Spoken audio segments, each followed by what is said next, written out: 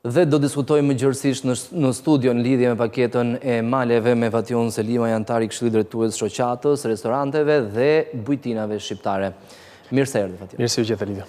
Për ta nisur bisedën, paketa e maleve, si ju duket në një këndvështrim të parë? Po në makro është fantastike, është gjë shumë e mirë, pasi është një paketë e cila sjell atë që ne kemi bërtitur gjithmonë në për studiot televizive në atë unin ton të vogël, apo në biseda miq, apo gjithkund, që duhet ketë diçka, një impuls që emigrantët e pakënaqur jashtë të kthehen edhe të investohen në vendin tonë. Që ka të pakënaqur është e sigurt. Thjesht duhet karemi për t'i rikthyer në Shqipëri. Unë kam thënë gjithmonë që shumë nga ato nuk i lë sedra që të kthehen. Unë jam një nga ato që jam kthyer pas shumë viteve emigracion. Jam i kënaqur patjetër, vendi jon tashmë është në maksimumin e tij turistik dhe ofron mundësi të pafundme. Duke njohur mjaft mirë tregun, industrinë, incentivat që ofrojnë, lehtësi të mëdha në nxjerrjen e certifikatës, lejes ndërtimit, por edhe përjashtim nga taksat për 10 vjet, që besoj janë dy më kryesoret. Unë mendoj që kjo e para është më e rëndësishme, pasi ne e dim shumë mirë sa e vështirë është për leje, sidomos duke pasur parasysh që shumica e këtyre bujtinave apo agroturizmeve që do ndërtohen apo investimeve që do bëhen, do jenë në zona që janë edhe të mbrojtura. Kështu që vështirësitë kanë qenë shumë të mëdha dhe kjo lehtësia për të marrë leje apo për të pajisur me dokumentacion është benefiti kryesor. Pastaj pjesa e taksave, unë mendoj që nuk jam kundër taksave, nuk jam kundër pagesës taksave, jam pro punës edhe ai që punon le të paguajë taksat. Patriotët është ai që paguan detyrimet. Qartë. Në lidhje me zhvillimin e zonave, synohet patjetër që përderisa janë paketa e maleve, synon zonat malore, ti rikthej emigrant aty. Si e shikoni zhvillimin deri tani, sepse kam frikë mos kthehet në një efekt bumerang, mos bëhen shumë dhe pastaj jo të gjithë kanë punë? Dëgjoj Lidion, unë kam të paktën 10 vite që çdo fundjavë më gjen në një agroturizëm ndrysh apo një restorant periferik gjithmonë bashkë me familjen. Kështu që Shqipëria është e madhe, akoma nuk i kam mbaruar të gjithë, akoma kam vende për të vizituar, siç jam unë janë edhe shumë të tjerë, për faktin edhe sepse janë të një fashe çmime shumë të mira për familjen, pra nuk të rëndojnë një herë në javë. Jam i idesë që përveç pjesës që nuk do jenë shumë, pasi ne po e shohim që çdo vit turistët po rriten, mjafton të bëheni mirë dhe mjafton të kenë personat e dur që do i drejtojnë edhe mos të kemi këto abuzimet që zakonisht ne i bëjmë përgjithsisht në Shqipëri. Potenciali është në të gjithë vendin? Potenciali është nga Vermoshin, Konispol dhe më gjërë, patjetër që po, ne kemi vendet mrekullueshme, ne kemi një natyrë që na e ka falë Zoti të fantastike, kemi përveç maleve dhe detin dhe çdo gjë tjetër, kështu që potenciali është, turistët janë, e rëndësishme është që të bëhen mirë dhe të bëhen me mënyrën e dur dhe të presim mirë ato njerëzit. Edhe në projekt ligj parashikohen disa, e kam fjalën gjatë fazës ndërtimit, disa kuvizime ligjore nëse nuk përfundohet brenda 2 apo 3 vitesh, nëse nuk gaboj, Ministria ka drejtën ta revokojë lejen, pra edhe në këtë formë ka disa presione pozitive që synimin e kanë ta përfundojnë. Dëgjoj, unë këtë nuk do ta quaja shumë pozitive për faktin se këto unë i paraftyroj si biznese të familjeve normale dhe të emigrantëve që ndoshta kanë bërë disa të ardhura dhe nuk e di se sa do e kenë mundësinë që t'i mbarojnë brenda 2 apo 3 viteve. Mendoj që kjo do japi më shumë përparësi atyre që kanë më shumë buxhete dhe do e mbarojnë më shpejt. Kështu që do e shija në anën e kundërte si pengesë. Ajo që më shqetëson mua si një person që i kam dedikuar jetën edhe të gjithë karrierën time, turizmit dhe gastronomisë në Shqipëri dhe vazhdoj dhe do ta vazhdoj. Ajo që më shqetëson mua është vitalizimi i fshatit. Pra ne duhet të krijojmë disa opsione që ta vitalizojmë fshatin. Edhe unë i pari jam i bindur që do kthehesha të jetoja disa muaj të vitit ndoshta në fshat, po të kishin disa kushte minimale, ato lehtësirat që unë do t'i përkufizoja në të drejtat bazike që një qytetar ka.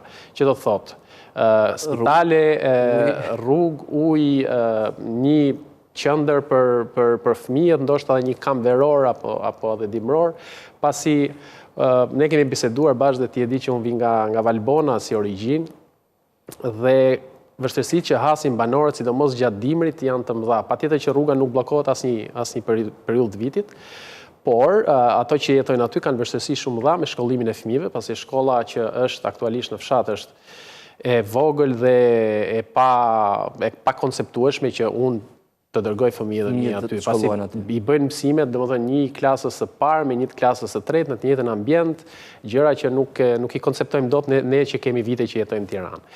Gjithashtu është pjesa e spitaleve dhe pjesa e shëndetësisë, ku të gjithë banorët e Tropojës, Hasit apo shumë zonave të tjera janë detyruar për shkak të mungesave në spitalin rajonal të zonës, për çdo vizitë të shkojnë në Gjakova apo diku tjetër.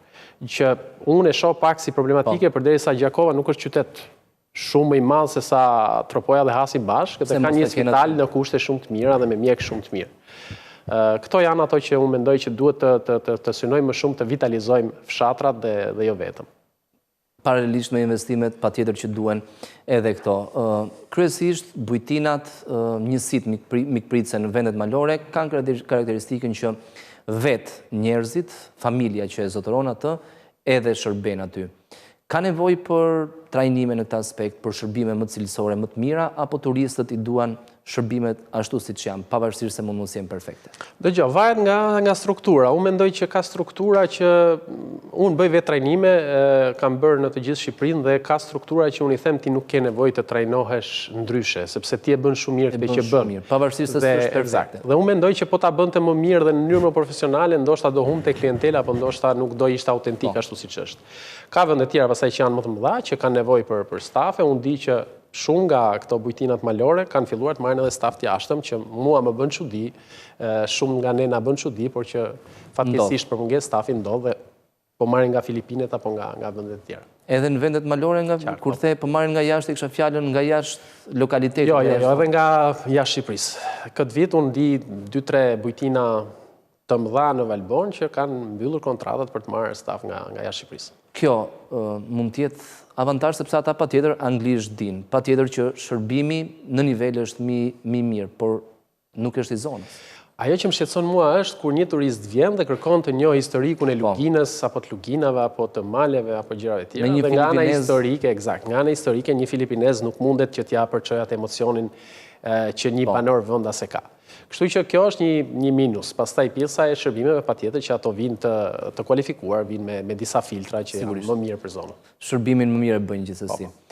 Minusi janë këto të tjerat. Historia, kultura, njohja e zonës. Dhe shpreh emocioneve mendoj unë, sepse është ndryshe një banor vendas që dita ta reklamojë vendin e vet, ditë flasë edhe për brezat që kanë jetuar për çdo periudhë të asaj zone. Meqense jemi tek punonjësit, vjon tjetë ende një sfidë, sepse jemi edhe në prag sezonit turistik, ku fluksi turistëve është shumë I madh. Vjon edhe këtë vit problemi me gjetjen e punëtorëve?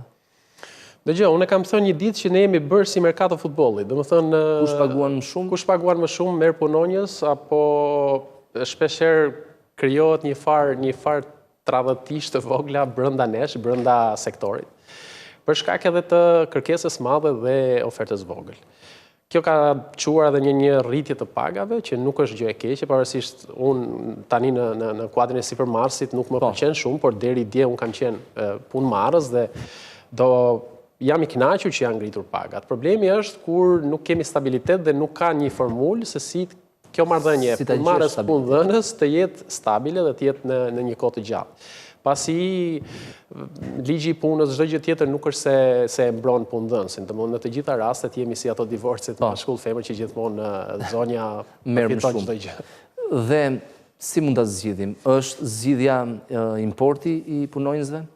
Një nga zgjidhjet, unë mendoj që zgjidhja kryesore duhet jenë këto incentiva që ne të kthejmë emigrantët e pakënaqur. Unë mendoj që shumë nga ato kanë marrë edhe një kualifikim profesional, por kanë marrë edhe një kulturë të përgjithshme, që do thotë do ishte një e mirë shumë e madhe për vendin tonë. Pra të kemi incentiva sa më shumë që t'i kthejmë emigrantët dhe ose të vetë punësohen ose të punësohen në Shqipëri, të shtohet numri I tyre dhe nuk e di, edhe këto të huaj që marrim, unë nuk I konsideroj një e keqe për vendin, përkundrazi është futemi në pjesën e globalizimit, pastaj që dhe është të njëjtin cikël kanë kaluar çdo vend tjetër në këtë sektor. Në lidhje me trajnimet, kultura si është? Dhe trajnimet duhet fillojnë nga lart poshtë apo e kundërta? Gjithmonë nga lart poshtë. Unë jam I idesë që në çdo biznes të paktën në fushën time, drejtuesi duhet jenë të parë, që duhet jenë trajnuar dhe të dinë çfarë të kërkojnë tek punonjësit e tyre. Pastaj patjetër që e gjithë gama, por që në rast se kemi këtë nga lart poshtë, këtë lloj trajnimi, pastaj drejtuesi kthehet në një mentor dhe një zhvillues të gjithë jamës, i shpërndan dijet me stafin e tij. Dhe ndodh kjo, është kjo kulturë e bizneseve shqiptare, pra nëse bën këtë do të thotë që ke arritur një farë maturiteti si biznes në treg. Ndodh, duhet ndodhi dhe është e pashmangshme, pasi po vëm re që shumica e stafeve që janë edhe në shërbime apo diçka tjetër, janë stafe mjaft të edukuar mirë, janë me arsime të mira, pavarësisht shumica e tyre nuk janë të fushës apo të industrisë, por nga ana intelektuale janë të arsimuar, kështu që duhet patjetër që drejtuesit të kenë një farë niveli që të mund ta mbajnë të gjithë hierarkinë si një ushtri e vogël shërbimi dhe mikpritje. Dhe koncepti i pronarit për të qëndruar në biznes për të mos ia lënë në dorë administratorit, po fillon njëkohësisht të zbehet, sepse edhe kjo është pjesë e kulturës menaxhimit biznesit. Dëgjoj, në rast se pronari vjen nga industria, unë jam shumë dakord që ta drejtoj edhe s'ka asgjë të keqe. Në rastin që nuk vjen nga industria, unë mendoj që duhet punsoj dikë që vjen nga industria dhe t'i jap dhe dorë të lirë, pasi ne shohim shpeshherë disa marrëdhënie që janë pronar drejtues të strukturave, që në vend që t'jap lirinë e dur që të shpalos atë intelektin e vet menaxherial dhe të vërë një plan të afatgjat në punë dhe t'i japi këtij biznesi atë frymën që ai ka, në shumë raste fatkeqësisht po zvoglohen, por ndodh akoma, në shumë raste kemi pronar që drejtuesit e tyre i përdorin për t'i dhënë direktivat e tyre në mënyrën e tyre dhe pastaj kemi një marrëdhënie që as nuk edhe pastaj përgjegjësinë e mban menaxheri, jo pronari. Gjithmonë përgjegjësinë e mban menaxheri. Kur gjërat ecin mirë, patjetër që është lideri suprem që e ka bërë mirë, në të kundërt është menaxheri që e ka bërë keq.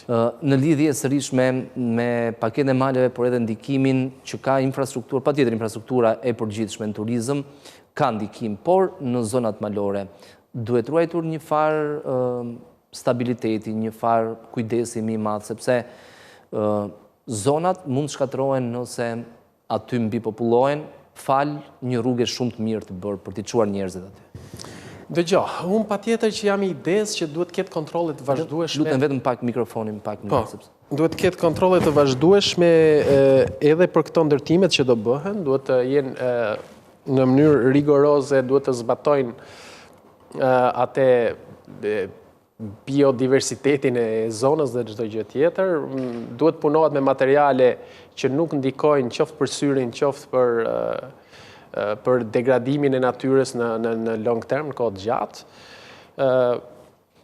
Ka dhe një rregull që unë besoj që duhet zbatohet, pra largësia dhe distanca mes tyre, pasi ne kemi parë që shumë fshatra po grupohen me disa bujtina dhe me disa në një vend caktuar dhe kemi një mishmash, një rromuj aty pastaj që shpeshherë edhe Google Maps nuk e zgjidh dot se ti ku do flesh atë natë që do shkosh. E rëndësishme është që zbatohen rregullat dhe unë nuk jam kundër zhvillimit, nuk jam kundër asgjë tjetër, mjafton mos të ndikojmë në natyrë shumë, mos të kemi gjëra të çuditshme që të vrasin syrin dhe të jemi pak më urban si njerëz në kuptimin që të respektojmë pak edhe ato rregullat e drejtimeve të shtëpiave të gjërave. Ne vëmë re, ne dalim edhe e shohim që dikush e bën hotelin kështu, një tjetër e bën në krahun tjetër dhe kemi një parregullsi. Mjafton të shkojmë një xhiro deri në Zvicër apo diku tjetër që zonën malore kanë shumë zhvilluar dhe kuptojmë që estetika ka një rol fondamental. I ngjajnë shtëpitë njëra tjetrës. I ngjajnë, kanë drejtimin e njëjtë, kanë rrugët e përcaktuara. Domethënë këto duhet i respektojmë patjetër. Dhe zonat e mbrojtura si duhet shfrytëzohen? Po zonat e mbrojtura kanë potencial, por edhe ato kanë ato vendet e tyre ku mund të ndërtohet, sepse edhe një zonë e mbrojtur pa shërbime për një turist është e vështirë për ta vizituar. Pra nuk kemi vetëm ato turistët backpack që do e bëjnë gjithë ditën hiking dhe kanë çdo gjë me vete.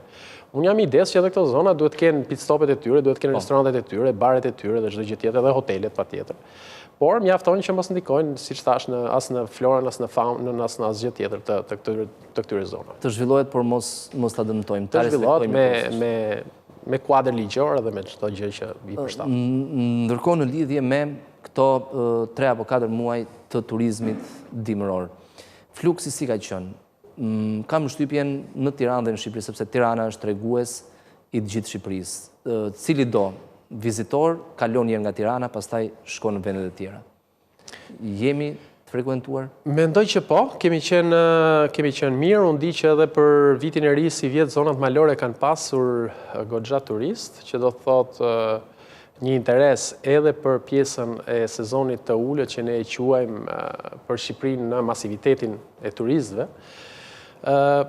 Janë mirë, janë shtuar shërbimet, janë shtuar edhe marketingu personal që ato bëjnë, janë shtuar shtretrit. Jemi besoj në rrugën e dur për të bërë mirë. Si e shikoni turizmi malor në tërësi? E kam fjalën në kuadër të zhvillimit. Në kuadrin e turizmit 12 mujor që ne pretendojmë edhe si shoqat, po edhe si Shqipërinë përgjithësi, turizmi malor duhet marrë një vëmendje mjaft madhe, si në zonën e Korçës me rrethina, si në zonën e Veriut, por edhe në zonën edhe Llogaraja që tashmë ka dalë pak jashtë kontekstit për shkak të tunelit, që ka lokacione mjaft të bukura për të vizituar nga tuajt. Unë mendoj që duhet t'i japim atë përparësinë e duhur edhe incentivat e duhura, ndoshta duhet pak të merremi edhe me secilin nga këto bujtina, që secilin nga këto duhet për mendimin tim personal, por edhe kolektiv, duhet fillojnë të mbajnë bagti. Ma thoshte një miku im që ka një agroturizëm jaftë një orë, ma thoshte një ditë që nuk mund të quhesh agroturizëm, as moralisht, në rast se ty nuk të lef qeni tek dera. Pra, dhe unë di shumë që nuk kanë fare kafsha, po nuk kanë fare as pula në njëherë. Mjafton më pak e keqe është paktën t'i blenë aty për rreth, sepse mund t'i drejtojnë edhe... Po, qartë, kjo është një nga procedurat që mund të ndjekin që të përdorin edhe produktet e zonës, pra mos të largohen nga zona dhe t'i përmban edhe në atë pjesën e menuve që ato përdorin të mundon të fokusohen tek zona e tyre. Këtë zinxhirin si e shikoni, Fation? Po e bëjnë agroturizmet, ka disa shembuj, por në mazë. Pra, një agroturizmi madh në një zonë caktuar të kontraktoj fshatarët e zonave përreth dhe t'i blejë çdo gjë që ai mund të ketë nevojë. Kjo është një nga zgjidhjet kur nuk e mundësi që ti mbash vetë këto bagtin, është një gjë pozitive, mendoj unë. Një gjë tjetër pozitive që unë ndesh është që ato agroturizmet edhe bujtinat që janë jashtë Tiranës, me çfarë kanë parë vuajnë më pak për staf, sepse ato të rinj që kanë ngelur në ato zona e kanë si pikë referimi dhe marrin një pozicion pune në këto. Unë isha në Fisht para të dielën dhe pash që një nga ato lokalitetet që unë vizitova kishte një staf fantastik, të bukur, të pastër, të rregullt. Domethënë që as ne në Tiranë në këtë periudhë nuk po i gjejmë dot. Dhe më bëri përshtypje dhe u gëzova, të jemi sinqert, sepse unë jam shumë pro zhvillimit të këtyre zonave dhe jam shumë pro që rinia të gjej opsionet e tyre të punës edhe aty, në zonën e vetë, dhe të krijoj familjen e vetë dhe t'japi atë që thash që në fillim vitalitetin, atë gjallërinë fshatit dhe zhvillimin e zonës. Dhe për ta mbyllur, si e shikoni zhvillimin e turizmit në tërësi, në çfarë stadi jemi? Jemi në pikën kur duhet të selektojmë turistët, të marrim ata më cilësorë, ata që shpenzojnë më shumë? Unë mendoj që jemi vetëm në fillimet tona, mendoj që Shqipëria do ketë paktën një 10 vjeçar ose më gjatë që do jetë akoma si risie e Europës dhe Mesdheut. Nuk jam i idesë që ne duhet selektojmë, është tregu që selekton, janë struktura që selektojnë, pra ne duhet krijojmë sa më shumë diversitet strukturash që ai turisti që do të shpenzoj pak të ketë opsionet e tij që të shpenzoj pak, por mos i lëm pas dora dhe turistët që duan të shpenzojnë shumë dhe duan një restorant të mirë apo një hotel të mirë. Ne duhet t'i japim të mundësi. Fation, faleminderit që ishte në studio. Faleminderit juve, ishte shumë kënaqësi. Dhe suksese, sepse tregu, siç e tham, është në shpërthime sipër. Faleminderit edhe faleminderit juve që kapni këto tema që janë shumë të rëndësishme për ne. E bëjmë tonën.